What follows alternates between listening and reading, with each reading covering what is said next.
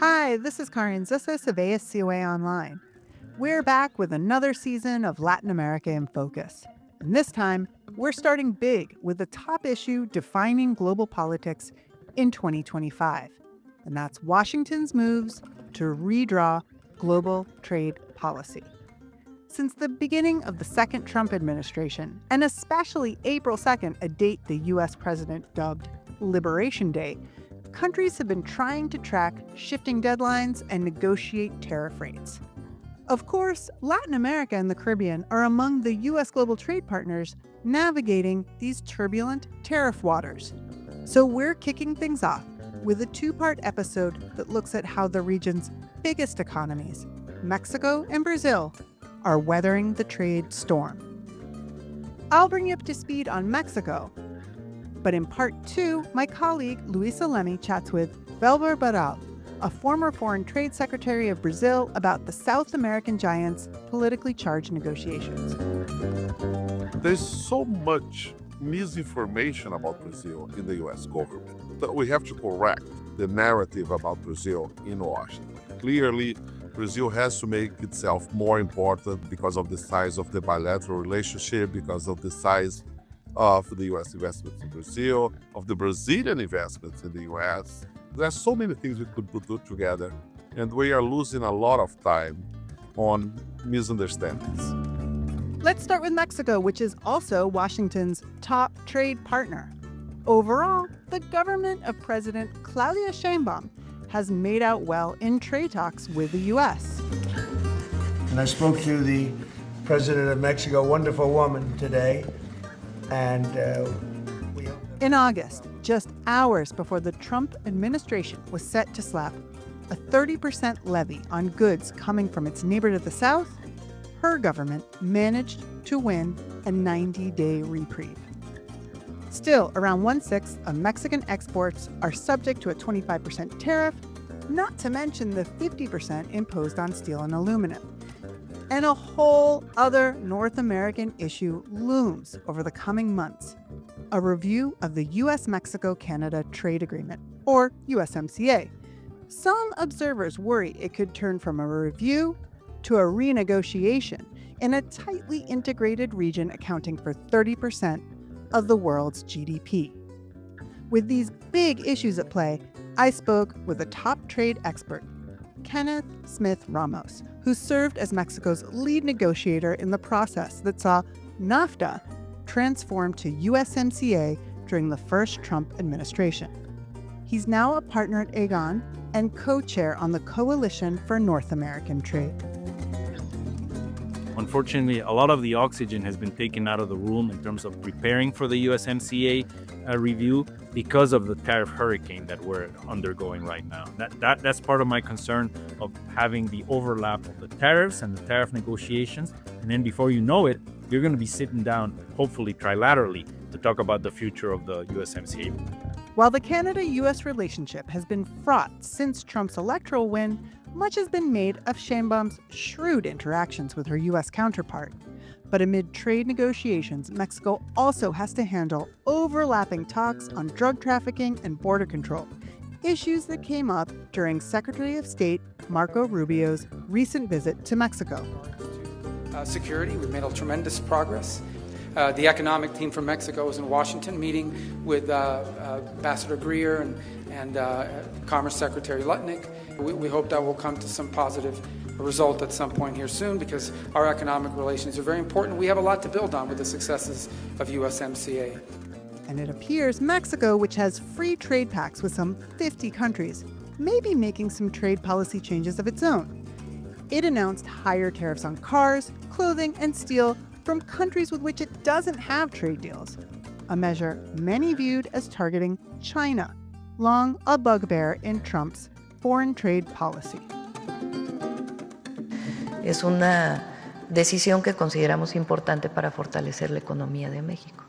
Pero la plática con todos está abierta. Entonces, no son... You'll hear more about these shifts, but before we start, don't forget to subscribe to Latin America in Focus to get analysis on politics, economics, and culture in the hemisphere. And make sure to hear part 2, covering what Trump's trade policy has meant for ties with Brazil. You're listening to Latin America in Focus. Latinoamérica en Foco. América Latina em Foco. A podcast by America Society, Council of the Americas on politics, economics, and culture in the region. It is such an honor to have you with us today. Thank you for taking the time, Ken. Thank you very much, Carin. It's a real pleasure to be here today with you. I just want to start off with something that we hear discussed a lot in international news, which is that Mexico, and Claudia Sheinbaum in particular, have received accolades for their handling of trade negotiations with the U.S. government and managed to secure a 90-day reprieve from tariffs that was announced on July 31st. So we're about halfway into this 90-day period of this tariff pause. But we also know that this is a complicated relationship between the United States and Mexico. So I wanted to get an idea from you. We know Mexico is highly integrated in North America and very dependent on the US market. How are you seeing the state of play? How has Mexico fared in your view? What's gone well and what's got you worried? Well, I think the accolades that President Sheinbaum has received in terms of her handling of the relationship with President Trump are well deserved. I think Mexico has done a good job at not confronting Trump directly after he started announcing his intentions to impose tariffs. And then when he started imposing them in March, then April, and everything has gone on since. I think it's been an intelligent decision, one given priority to negotiating, to acting in a prudent fashion, and frankly, letting other countries, get mixed up in debates and fights with the U.S. government. I think it's positive that Mexico has tried to negotiate and has made strong progress on some of the priorities that the United States had established in terms of lifting these tariffs that the U.S. has imposed in Mexico. For example, the IEEPA tariffs, the tariffs related to immigration and the fight against fentanyl. Mexico has made, I think, important progress vis-a-vis where we were in the previous administration with López Obrador, where there was a general sense that the Mexican government had dropped the ball on the issue of security. And I'm not talking about myself. This is not a political opinion. This is in the Post today, where people believe that there was a big improvement in the security policy that President Sheinbaum is implementing. So those have been positive steps by Mexico. I think the problem and the worry for me lies in the fact that despite these efforts, despite the seizures of drugs, the extradition of major drug kingpins, and the efforts that have been made to destroy laboratories that manufacture illicit drugs in Mexico, the U.S. is not lifting the tariffs as of yet. And even 2 or 3 months ago, President Trump, Secretary of State Marco Rubio, we're congratulating the Mexican government for its cooperation, not just on the fentanyl issue, but also on immigration. There was a successful visit recently by Secretary Rubio to Mexico. And once again, there was congratulations all around for the collaboration and the work in cooperating on key security issues that are not just important for Mexico, but for the U.S. and for the region, frankly. Yet, there was no talk about when the tariffs will be lifted. So my concern is that the position of the U.S. is one where they really may not have any incentives to take away the tariffs, to get rid of these tariffs. We have 3 blocks of tariffs, the IEEPA tariffs, automotive products, and steel and aluminum. With the threat in the future that there's 6 more national security investigations that the U.S. is conducting in key sectors like aerospace, heavy trucks, pharmaceuticals, copper, etc., that would affect Mexico if we get hit with those tariffs. So my big concern is, how much can you negotiate? How much can you play ball with your number one trading partner without getting the results that have been promised? The problem with not lifting the tariffs that we face right now is that the process of this negotiation on the tariffs is starting to overlap with a process of review of the USMCA. USTR is going to publish a notice for consultations. They will present a report to Congress in early 2026.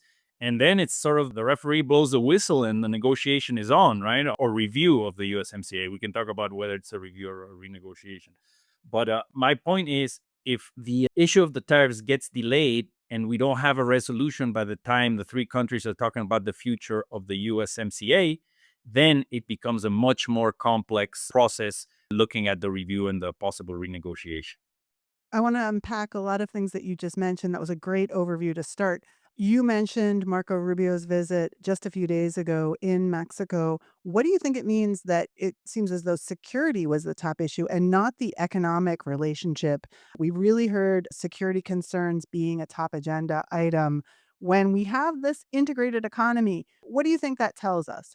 Well, I think it's normal, so to speak, for the Secretary of State to concentrate on the big foreign policy issues that are being discussed between Mexico and the US. That's his agenda, that's his file. So it's relevant that he met, of course, with our president, but then also with Mexico's foreign minister to discuss these issues. But I would actually turn that around and say that in addition to those key foreign policy issues and security issues that were raised, the Secretary of State did mention the same talking points that we've been hearing from the Department of Commerce and USTR on the need to resolve non-tariff barriers. So in a way, even though he mentioned that as a by the way comment, I think it sends a signal that for the Trump administration, all these issues are related, right? In the past, we used to discuss foreign policy issues with the US on one track, and on a different track, we would address the economic and trade issues. Even from Trump 1.0, from his first administration, he tried to introduce into the economic discussion the issue of the border wall, as you may recall.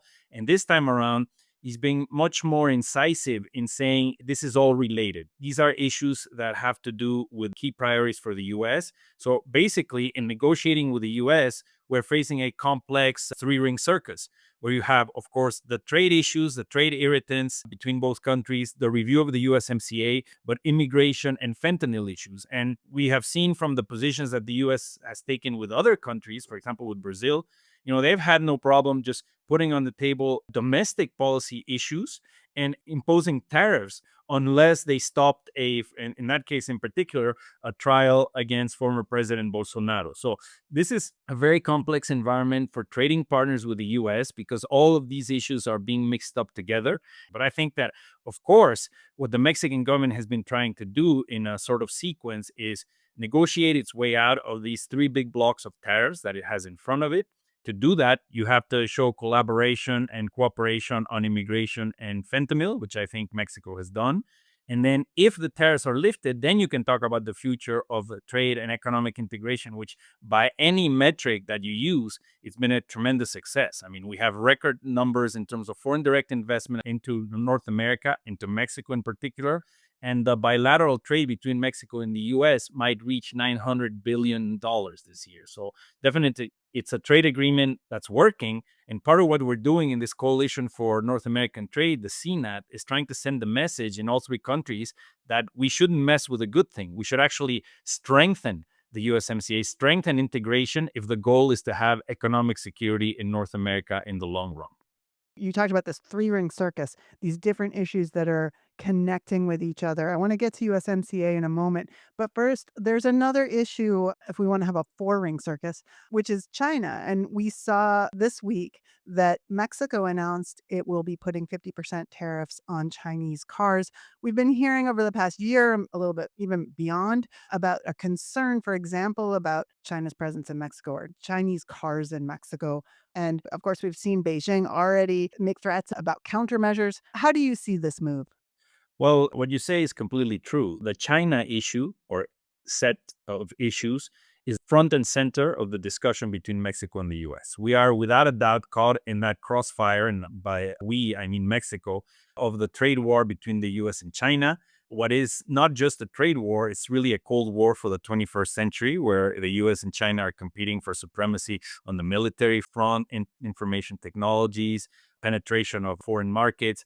I mean, we have a situation where the US is exerting a lot of pressure on all of its trading partners, but particularly on Mexico, to try to contain imports coming in from China into North America, also being transshipped into the United States. And in addition, to trying to put in place control mechanisms so that China is not able to invest in sectors where the US considers strategic, information technologies, artificial intelligence, energy, critical infrastructure. So the US already has in place a set of measures, a set of tools that it has implemented in accordance with its own laws, has made them stricter, not just on the tariffs against China, but restrictions on investments through the Committee on Foreign Investment in the US, CFIUS, tighter restrictions on not allowing imports that come from China when there's violations of labor rights, environmental conservation, or even human rights. And what I believe the U.S. will try to do is to try to tinker with the USMCA so that there are measures to try to push forward this idea of containing China. So what has happened over the last 2 years, because this is not just a Trump administration, already under the Biden administration, there was a lot of pressure exerted on Mexico on the issue of a transshipment of steel and aluminum commodities coming from China into Mexico, then getting transshipped up north to the United States. And even though the Mexican government denied that this was happening, they started taking measures, tightening control in the Mexican customs authorities, but also increasing tariffs, increasing most favored nation tariffs. Those are the tariffs that we have on countries where we don't have trade agreements. And already 550 products, mostly coming from China, were affected by that first increase in tariffs. And as you well mentioned, this time around, and I believe definitely that it has quite a bit to do with the U.S. pressure, Mexico is increasing tariffs again, this time on 1,463 products, right? I don't think it just has to do with the U.S. pressure. I do believe it's a double objective of the Mexican government to also try to utilize this juncture where we are in terms of the relationship with the U.S. to revisit Mexico's trade policy with other regions in the world. So we have 14 trade agreements with 50 countries that together bring in about 30 of the top world importers. So we have free trade access to almost 65% of world GDP. And that's very important for Mexico. But it's also true that we have very strong trading relationships with some countries where we don't have trade agreements. And we have a huge trade deficit with China. Also, one of our top trading partners is South Korea, with whom we have tried to negotiate in the past free trade agreements, but we don't. And so the decision was made by the Mexican government to utilize the increase in MFN tariffs to protect Mexican industry, to try to make sure that in addition to sending a signal to the U.S. that we're playing ball on the China policy, we're also trying to identify areas, or this is what the Mexican government is saying, where the trade deficit could be reduced with some of these countries. My concern with that is that, of course, every nation has the right, and I would say the obligation, to protect its producers from unfair trading practices from other countries in the world. I mean, you want to have free competition, but we want to have fair competition. So if products are being illegally subsidized or dumped in your country, you can take measures. But usually the measures that are taken to combat unfair trading practices are anti-dumping and countervailing duty investigations, which take time and which in fact are more efficient than just raising tariffs, because what you do to trade remedy investigations is that you identify specific products and specific countries and even specific firms that are incurring these unfair trading practices, and you target them and you analyze through a strict methodology what impact those imports are having in your own country. But those take time. So politically, trade remedy is not as attractive as just saying, I'm going to raise tariffs on everybody. What happens when you raise tariffs on everybody is like trying to shoot a cockroach with a shotgun, right? You're not targeting the specific problem. You are taking a shot at all countries, because perhaps we are concerned with imports of steel, aluminum, plastic products, chemicals from China. But by raising MFN tariffs, we're also hitting those products and those companies that export to Mexico from India, Brazil, Indonesia, you name it. So my concern with raising tariffs is that in an effort to deal with this pressure from the U.S. and to legitimately try to combat unfair trading practices or reduce the trade deficit, what you could be doing, if you're not careful, you could shoot yourself in the foot, because many Mexican importers and a lot of Mexican industry still relies heavily on Asian inputs. Okay. One thing I do want to note is you, in part of your explanation, explained how open Mexico's market is. It does have trade agreements with a significant number of countries. It's one of the most open markets in the world. With what you're seeing with Mexico's new approach to tariffs, aspects of Plan Mexico, perhaps, is there a changing mood in Mexico as well around tariffs? Well, I mean, it's not clear as of yet. And I think that what we're seeing is a part of something that started in the last administration, which is trying to target specific products from China. But like I said, this has primarily been done to the increase of tariffs and not so much to trade remedy investigations, which would be more effective and more efficient, I think. I do worry a bit that we might be buying into the Trump argument, which oddly enough, the Mexican government has been criticizing with very sensible arguments that tariffs are not paid by other countries. They are a tax on consumption on your own citizens, first of all. So you increase prices, you increase inflation. In addition to that, we have to remember why Mexico started opening its economy the way it did in the late 80s, early 90s. I mean, Mexico was one of the most closed economies in the world, implementing import substitutions policies that were very prevalent in Latin America since the 1960s. And it led to one of the biggest economic crises in Latin America in 1980, as the world became more globalized and companies in countries where there was free trade allowed were able to efficiently source inputs for their production from all over the world. They became the winners in the competition, in the competitiveness race. And those that closed themselves off and they thought they were going to be able to consume everything they produce, kind of in a state of autarky, just did not work. I've heard some comments that, perhaps we can reduce the deficit, as if the deficit was by itself a problem for the economy. It is not. Also talking about revenue generation through tariffs. So I would be concerned if Mexico begins a road towards seeing tariffs as a boost to Mexican manufacturing, or to Mexican industry. I think, on the contrary, the argument that the Mexican government should pursue, and I know that they're pursuing it in their negotiations with the U.S., is that what we need in North America is not protectionism. What we need is to open up our economies even further to each other, right? So press the accelerator on integration between Mexico, Canada, and the U.S., deepen the USMCA, look for areas where we could even have a common external tariff. There's been talk about doing it in electric vehicles and a lot of other products. That's going to be much more efficient for North America to develop the capabilities it needs to compete with China in the future. So let's turn to the elephant in the room. You referenced USMCA already and USMCA review. This tariff pause process is leading right into the beginnings of all of this. We know officially it gets underway in July 2026, but already the initial steps are being taken, and it's something that's looming on the horizon. I would love to hear both your optimistic view of what could be accomplished in this upcoming review, and also, what are the issues that you're really concerned about in this review process? It's important to understand that, as per the USMCA, the review that will take place in 2026 is not an automatic renegotiation. It involves the three countries analyzing how the agreement is being implemented and whether there can be recommendations to improve its operation. And that can come from a myriad of measures that are administrative. It doesn't involve reopening the text, renegotiating it. If you renegotiate, you have to go to seek approval by the three legislatures in Mexico, Canada, and the U.S. But what the USMCA establishes is that this is a review. However, nothing prevents a country or two or the three countries for asking for a renegotiation. That can be part of the recommendation that is made. I am optimistic that, given the importance that the USMCA has for all three countries, that there will be an effort, whether it's as a review or a renegotiation, to try to preserve the agreement. I do not see as a scenario the possibility of a complete rupture where the U.S. decides, as President Trump has threatened to do with the NAFTA, to just pull out.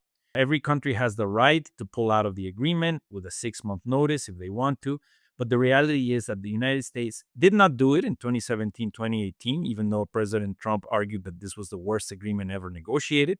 He opted, because of internal pressure in the U.S., to renegotiate. And once the USMCA was renegotiated and came into effect, he referred to it as the best agreement ever negotiated. So it's complex because the tariffs that the U.S. is imposing on Mexico and Canada are already de facto violations of the USMCA.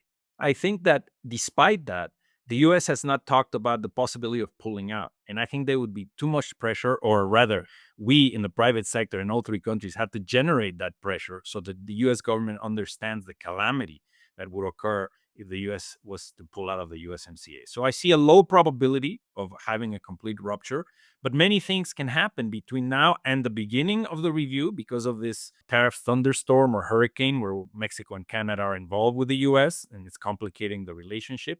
Frankly, I think it's going to be a renegotiation. And in fact, Secretary of Commerce Howard Lutnick has mentioned that the U.S. intends for this to be a renegotiation. Then it'll be very important, I think, for Mexico and Canada to insist that the starting point of that conversation has to be free trade. The starting point has to be what we negotiated and signed and came into effect in July 1st, 2020, which is free trade across the board. and the starting point should not be whatever tariffs the U.S. has in place at that moment. What worries me is that in the negotiations that the U.S. is conducting right now with the European Union, Japan, Vietnam, the United Kingdom, they are asking for full access, zero tariffs, but on the other hand, the U.S. is asking to maintain a baseline tariff against these countries, 15% against the European Union and Japan, etc. And that's a completely unbalanced agreement. And those suggestions or those positions that the U.S. is taking in these negotiations that they're currently conducting are completely contrary to the USMCA rules. In the USMCA, you don't have tariffs and you don't have managed trade, like limits on quantities that you can export on any product. So that's what would keep me up at night if we have a situation where the U.S. says, I'm willing to continue with the USMCA and to extend it as is established in the agreement, but doing away with a lot of the benefits of the agreement, which is one of the few trade agreements in the world that has full free trade on all products. I want to shift to one last question. And you mentioned how Mexico and Canada might work together in this review process or renegotiation if it comes to that. We're talking a few days before Prime Minister Carin visits Mexico. What do you think all of these changes that we've been seeing in trade relations in North America have meant for Mexico and Canada's bilateral relationship, which sometimes, for obvious reasons, doesn't get the same attention? What has the relationship been like between Sheinbaum and Carin, and what are you looking for in that meeting between those two leaders? I think, fortunately, once Prime Minister Carin came into office, he immediately spoke on the phone with President Sheinbaum, invited her to the G7 meeting in Canada. She attended. They had the possible opportunity to discuss, not just amongst themselves, but with other leaders. And I think this was very positive because there was a sense in Mexico during the electoral period in Canada that Canada was trying to distance itself from Mexico, both the office of Prime Minister Trudeau, but primarily some unfortunate statements by premiers of the provinces of Ontario and Alberta that were talking about the possibility of just, quote unquote, dumping Mexico and having just a bilateral trade agreement between Canada and the U.S. Mexico at that stage said that this was a very bad idea. In any event, during the USMCA negotiations, the break in the negotiations or the stumbling point was between the U.S. and Canada. There came a point there where the United States said, I want to negotiate bilaterally with Mexico, but I may not be able to reach a deal with Canada. At the end of the day, it was Mexico that insisted that this had to be a trilateral agreement, and luckily we were able to do it. I think there were many important results of the USMCA negotiation that were done thanks to this cooperation between Mexico and Canada. The U.S. wanted to eliminate the dispute resolution mechanisms in the agreement. Mexico and Canada teamed up, and we avoided that. The U.S. also wanted a sudden death clause, which after 5 years, if the three heads of state weren't in agreement of continuing with the agreement, it would end for all three. We were able to move away from that with a joint position with Canada, and now we have the review clause. So there are many examples there where cooperation between Mexico and Canada yielded positive results in the negotiation. Of course, there were areas where we did not see eye to eye with Canada. There's always differences, and that's why you negotiate and try to have a compromised position. But at the end of the day, I think that Mexico and Canada are making efforts, at least at the level of the heads of state, to reestablish that cooperation environment.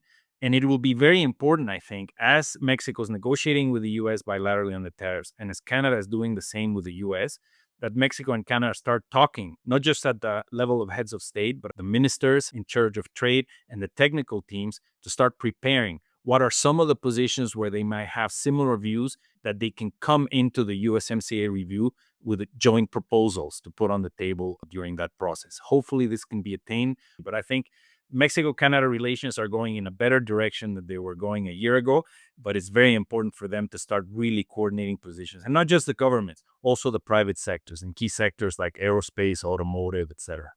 We're going to be wanting to see how that cooperation continues in the next few months for sure. Ken, it was such a pleasure to have you on the podcast. Thank you for being with us today. Thank you very much. It's a real pleasure. Thanks for listening. I'm your host, Carin Zissis. This episode was co-produced by our executive producer, Louisa Lemmy, and associate producer, Kalia Robertson.